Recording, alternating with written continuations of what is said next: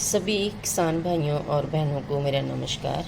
जैसे कि मैंने कल एक वीडियो डाली थी, रिपीट ब्रीडिंग को हम कैसे सॉल्व करते हैं अपने फार्म पे। तो आज हम फिर उसका जो दूसरा पार्ट है वो लेके आई हूँ मैं, कि रिपीट ब्रीडिंग को हम अपने फार्म पे कैसे हैंडल करते हैं और कैसे हम अपनी गाय को गब्बन करवाते हैं। तो इसके लिए कुछ प्रोटोकॉल्स है, उसको फॉलो करना होता है। कुछ इंजेक्शन है जो हमने टाइम टू टाइम अपने गाय को लगाने हैं, तो जिससे हमें जो बेस्ट रिज़ल्ट मिले हैं। ये मेरी वीडियो पेंडिंग है और ये कमेंट की वीडियो है, और जितनी देर तक मुझे कोई अच्छा रिज़ल्ट नहीं मिल जाता है उतनी देर तक मैं कोई भी प्रोडक्ट्स या वीडियोस जो हम अपने फार्म पे अप्लाई करते हैं वो नहीं डालती हूँ, जितनी देर तक मुझे कोई अच्छा रिज़ल्ट नहीं मिलता। ये प्रोटोकॉल फॉलो करने से मुझे पिछले साल भी मेरी गाय जो थी प्रेग्नेंट हो गई थी रिपीटर को, और इस साल जो पिछले साल नहीं हुई थी वो भी ये वाला प्रोटोकॉल फॉलो करने से हो गई है। तो जब मेरी गाय प्रेगनेंसी टेस्ट चेक पास हो गई है तो फिर मैं ये वीडियो डाल रही हूँ, क्योंकि ये जो सारे इंजेक्शन हैं और जो प्रोटोकॉल है वो थोड़े कॉस्टली हैं। तो इसका अगर रिज़ल्ट नहीं मिले तो फिर किसी का नुकसान ना हो, तो इसलिए मैं पहले वीडियो नहीं डालती हूँ। जब मुझे अच्छा रिज़ल्ट मिल जाता है तभी डालती हूँ। पहले मैंने जो वीडियो डाली थी उसमें मैंने सबसे पहले बात की थी कि पहले वेटनरी डॉक्टर को गाय की यूट्रस चेक करवा लेनी है कि उसकी बच्चेदानी का और उसकी ओवरीज का साइज़ क्या है। अगर छोटी है तो उसका भी ट्रीटमेंट मैंने वीडियो में बताया था। अगर साइज़ में ओवरीज बड़ी है तो उसमें जो है आपने ओवरीज को साइज़ में लाने के लिए डॉक्टर की सलाह अनुसार ओवरी साइज़ को चेक करके वेटनरी डॉक्टर उसकी सलाह अनुसार आप जो है इंजेक्शन जे यूज़ कर सकते हो। इसमें आप जे वाला ओवरशूट इंजेक्शन भी यूज़ कर सकते हो, इसमें आप रिसेप्टर भी यूज़ कर सकते हो और गाइनारिच भी। तीनों अवेलेबल, जो भी आपको अच्छा लगता है, जो भी आपको अवेलेबल हो जाए वो तीनों में से कोई भी यूज़ कर सकते हो। तो अगर ओवरी साइज़ बिग है, बहुत ज़्यादा बड़ा है, तो आप 10 ml यूज़ कर सकते हो, 5 ml गर्दन के दोनों साइड।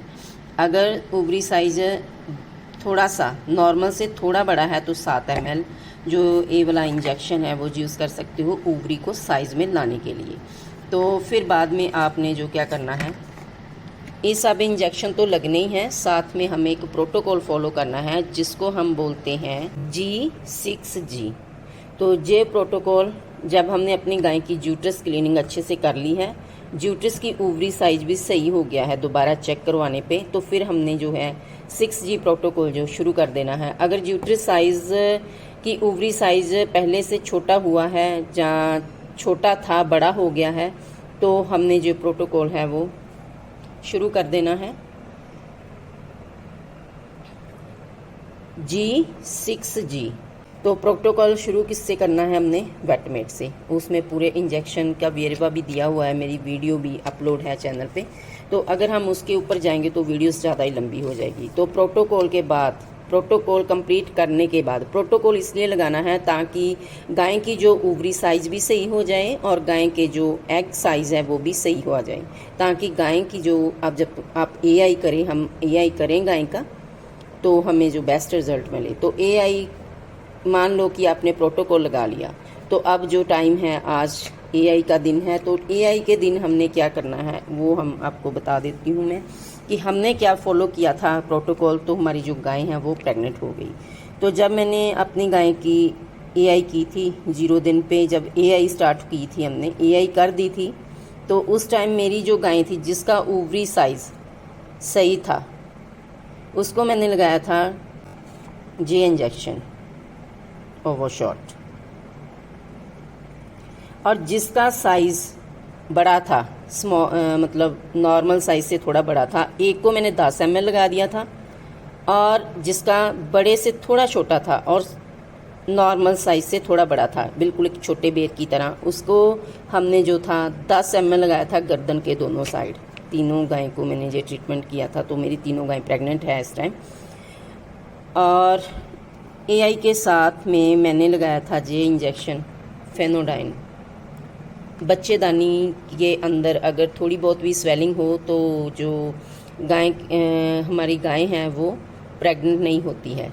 तो स्वेलिंग नहीं होनी चाहिए बच्चेदानी के अंदर। अगर स्वेलिंग है तो साथ में मैंने 20 ml इंजेक्शन जे भी लगा दिया था फेनोडाइन, और एक को मैंने लगाया था जे वाला। इन दोनों इंजेक्शन में से आप कोई भी यूज़ कर सकते हो। जे मैंने लगाया था फेनोडाइन इंजेक्शन 20 ml, आप जे भी यूज़ करना है तो जे भी कर सकते हो।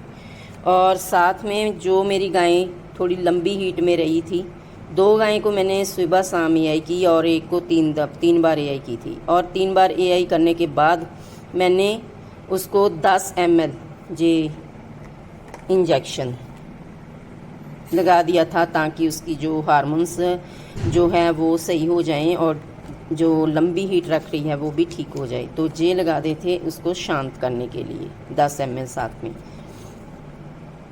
जिसकी उबरी बड़ी थी, साइज़ से थोड़ी ज़्यादा बड़ी, उसको हमने 10 ml लगाया। जिसकी मतलब मीडियम थी उसको 7 ml लगाया था, और जिसकी बहुत सही जो उबरी थी उसको लगाया था 2.5 ml जे इंजेक्शन। इसमें आप कोई भी लगा सकते हो, रिसेप्टर भी लगा सकते हो, गाइनरिच भी लगा सकते हो। और फिर 0 डे पे हमने जे सारा कर दिया था, इंजेक्शन लगा दिए थे एआई के दिन। और एआई के 5वें दिन बाद, एआई के दिन को हमने 0 दिन माना, और उसके बाद 5th दिन पर हमने जो इंजेक्शन लगाए थे, जो मैंने वो लगाया था, मैंने गाइनरिच भी लगा सकते हो, जे भी लगा सकते हो, रिसेप्टर कोई भी लगा सकते हो। 5 ml डोज ही लगानी है इसकी, ताकि जो छोटी छोटी वेव्स बनी होती है गाय की बच्चेदानी में एग्स की, वो जो है टूट जाए और वहाँ प्रॉपर जो सीएल है वो बन जाए, और हमारी गाय को अच्छा प्रोजेस्टेरोन मिल जाए गब्बन होने में। और 7वें दिन हमने लगाया था उसको साथ में फेनोडाइन 20 ml, और साथ में लाया था जे इंजेक्शन ड्यूरोप्रोजन 3 ml। जे इंजेक्शन 7वें दिन पे ही लगाना है, क्योंकि अगर हम पहले लगाते हैं तो नुकसान देगा, बाद में लगाएंगे तो उसका कोई फ़ायदा नहीं होगा। तो 7वें दिन पे लगाना है। जो कार्पस लूटियम बने हुए हैं, जो प्रोजेस्टेरोन छोड़ रहे हैं, वो उनको और बूस्ट करें। और जो गाय का प्रोजेस्टेरोन कम बनता है, जो बच्चा संभाल नहीं पाती है, तो उसका जो प्रोजेस्टेरोन लेवल है वो और बूस्ट हो जाए। पहले हमने 5वें दिन पे लगाया था, जो छोटे छोटे वेव्स एग होते हैं वो टूट जाएं और प्रोजेस्टेरोन छोड़ने लग जाएं, और उनको बूस्ट करने के लिए 7वें दिन पे हमने जे ड्यूरोप्रोजन लगा दिया था 3 ml, ताकि उसकी जो प्रेगनेंसी है, जो बच्चा चिपक रहा है बच्चेदानी में, वो सेफ रहे। और इंजेक्शन के साथ में मैंने लगा दिया था फिर से जे इंजेक्शन फेनोडाइन। इन दोनों में से कोई भी लगा सकते हो 20-20 ml, कोई भी एक लगाना है, चाहे जे लगा दो 20 ml, चाहे जे वाला लगा दो 20 ml, जो भी अवेलेबल हो दोनों में। और एक बात तो मैं भूल गई, आपने एआई के टाइम जे 20 से 25 ml इंजेक्शन लगाना है फास्ट फोर्स का, ताकि उसकी जो एनर्जी है वो बूस्ट रहे, अप रहे, क्योंकि एनर्जी का अहम रोल होता है पशु को गब्बन कराने में। तो इसमें आप टोनो फास्ट फोर्स भी लगा सकते हो, जे वाला भी लगा सकते हो, कोई भी लगा सकते हो बॉडी वेट के हिसाब से 20 से 25 ml।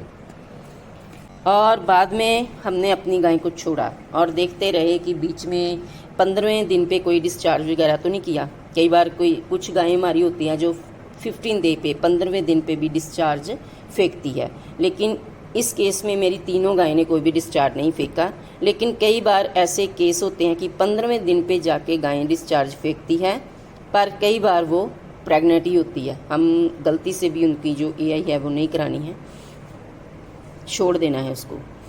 और फिर 18वें दिन पर फिर मैंने जो यही इंजेक्शन, खाली एक इंजेक्शन लगाया फेनोडाइन, वो इसलिए लगाया ताकि जो 18वें दिन पे गाय की जो बच्चेदानी है पूरी हरकत में आती है, और गाय के पिट्यूटरी ग्लैंड है उसको एक मैसेज देती है कि मैं बच्चेदानी की मैं बिल्कुल सही हूँ और मैं बच्चा संभाल सकती हूँ, तो गाय हमारी हीट में नहीं आती है। तो 18वें दिन पे हम जे इंजेक्शन लगाना है। बच्चेदानी में कोई स्वेलिंग वगैरह हो या कुछ भी हो तो 18वें दिन पे मैंने जे इंजेक्शन लगाया था, ताकि जो गाय की बच्चेदानी है उसके दिमाग को कोई भी मैसेज ना दे कि अगर स्वेलिंग वगैरह हो, जहाँ कोई बच्चेदानी में प्रॉब्लम हो, तो दिमाग में मैसेज आता है गाय की ग्लैंड में कि मैं सही नहीं हूँ और बच्चा नहीं पकड़ूंगी, तो हमारी 18 के 22 दिन के बाद में उसका जो हीट सर्कल है वो शुरू हो जाता है। तो जे 18वें दिन पे मैंने इंजेक्शन लगा दिया था फिर से, और मेरी तीनों गायें जो थी प्रेग्नेंट हो गई है और चेक पास हो गई है, पीडी उनकी टेस्ट हो चुकी है, प्रेग्नेंट है। सो ये थे इंजेक्शन जो रिपीटर को लगाए थे हमने गब्बन कराने के लिए। और ये इंजेक्शन EI के हम साथ में लगा सकते हैं, जैसे स्टेमेट इंजेक्शन अगर आपने पहले लगाया है यूट्रस क्लीनिंग करते टाइम स्टेमेट इंजेक्शन, तो इसको छोड़ सकते हो। अगर यूट्रस क्लीनिंग करने के टाइम आपने नहीं लगाया है तो फिर 5 से 7 ml इंजेक्शन ये लगा सकते हो EI के टाइम।